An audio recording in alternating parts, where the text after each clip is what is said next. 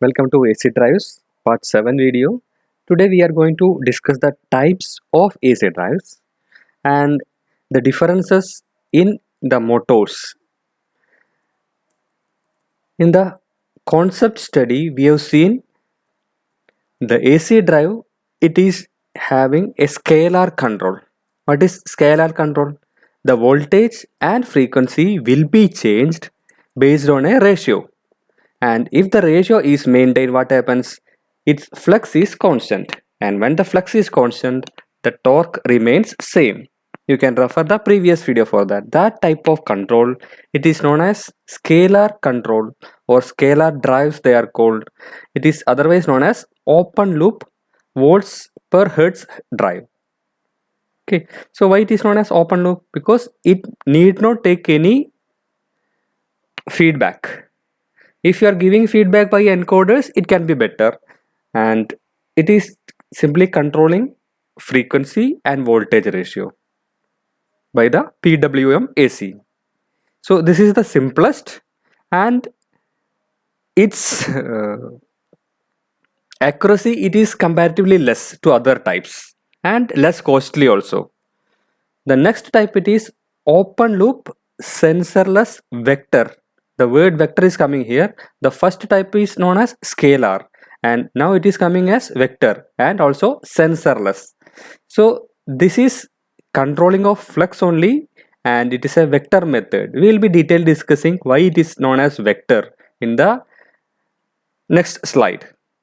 Here this is the sensorless vector drive. Comparatively, it is having higher accuracy than the first one. This is known as open loop sensorless vector. Why it is sensorless? It need not be attached with any sensors for speed measurement. It do the calibration by some other methods. And the third, it is the closed loop flux vector drive. So similar to second item, that is vector drive, this is also the vector drive only, but it is having some feedback. We'll be measuring the speed and it will be having better accuracy. What is meant by accuracy? The speed what you are set will be maintained at any load. That is known as its accuracy. So to comparing to accuracy, it is improving like this. The last one is the best accurate speed control, and it is a higher cost also, and all are using PWM modulations. And we are telling three types. In a single drive itself we can get all these features. That is, if you are buying a ABB, Delta or Siemens, whatever may be the drive, they may be offering all these items in a single drive, or any two features in one drive, or all three features in one drive itself. So this is known as its attribute. So the user can select its operation as scalar control, or sensorless vector control, or closed loop vector control. Okay, it is giving you the better accuracy, and also it will be having higher price also. Now we are telling about SLVC, sensorless vector control. Why is sensorless is being much used? Because if you are having a factory, and if the motor is built in a very dusty area, the sensors may not be accurately detecting the speed. In that condition, the users will be preferring without any sensors.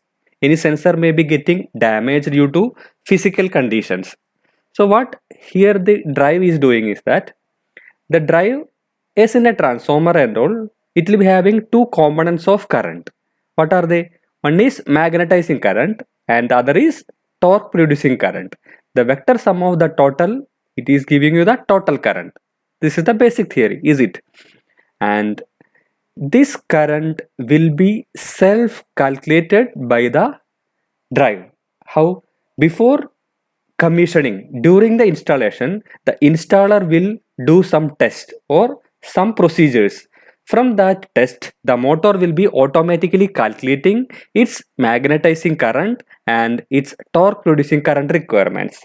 And in another way, during the installation, the installing engineer will do the test to the motor itself. So the motor will self calculate the reactance of the motor or its additional resistance and reactances everywhere. It will be automatically calculated by the motor. It is that process is known as auto tuning.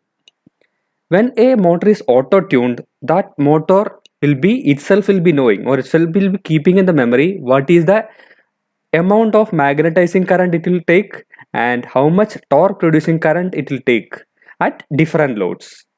So if you are setting a particular speed and if you are requiring a particular torque, the motor will take that much torque producing current itself. So from that, at a particular load, as per the program, the motor will select its speed. So this is known as vector relation. Why? Because this is a vector, magnetizing current and torque producing current. It is vectorically added to produce the total current. Almost the magnetizing current, because of its flux is constant, it will be constant. The torque will be varying, not the torque producing current will be varying depending on the load condition.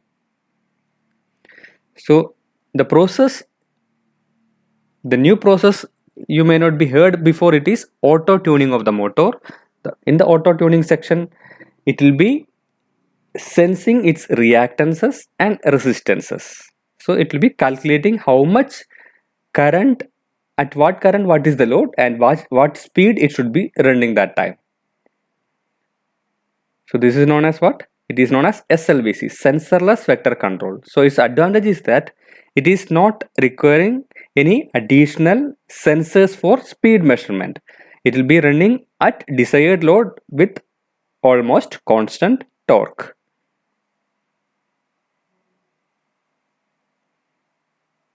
And the next thing we discussed was the closed vector control. The closed vector control will be having a separate feedback device so that its accuracy is improved. Very accurate will be vector control. And we were discussing about a drive, which is an item which is installed or inserted between the electricity supply and the motor. This is the general concept we already provided. That means already if you are having an installation of motor and supply is there, we can easily insert the VFD or AC drive to control the motor. That is our concept. And because of its technological changes, what is this doing? It is giving PWM AC or continuously varying AC. It's not a pure sine wave, or it is a approximate sine wave only, is it? So the PWM, it is widely varying its widths and creating more voltage to the insulation. So suddenly switching on and off of the signals will be creating insulation failures to the motor. So that we are going to see here. So for a new installation, if you are proposing a AC drive or VFD, we should be selecting inverter duty induction motors. That is, if you are not already installed any motor and you are using a motor for VFD, then it is better to have inverter duty induction motor. What is the difference? We will be seeing the differences. It should be having higher dielectric strength. Why? What does it mean? The currents, it is continuously switched on and off by the AC drive, by the IGBTs.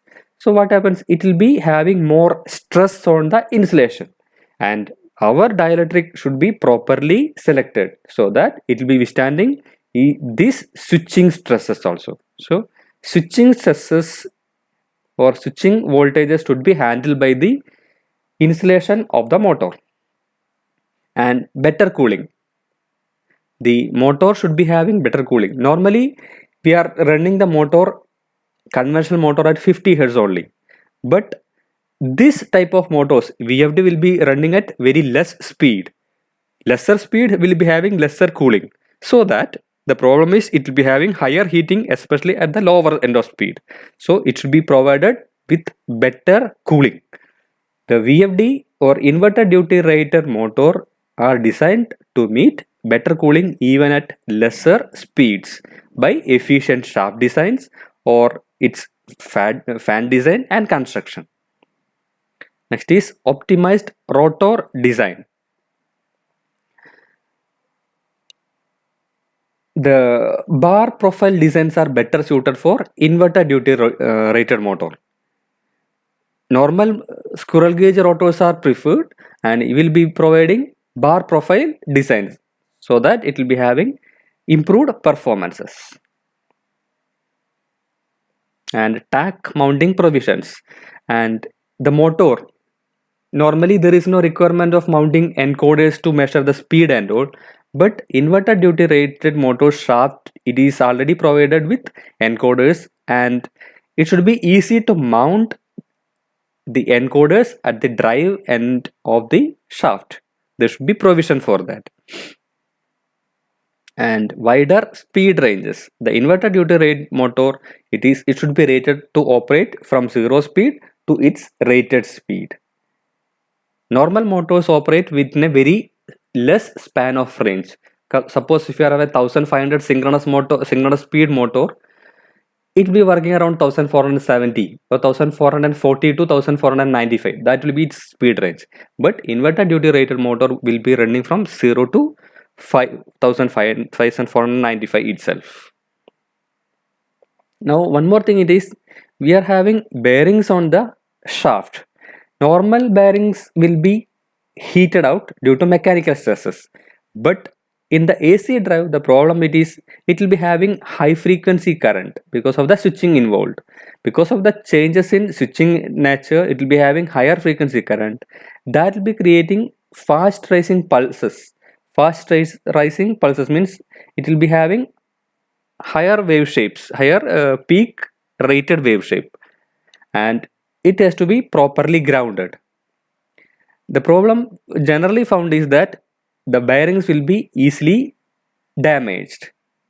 So nowadays inverter duty motor will be provided a separate ring to directly earth like this. You can see this is the shaft, and when we are measuring the voltage for a inverter duty rate motor, you will be saying some spikes. Generally the currents are preferred like this only, but some spikes may be there due to the switching action.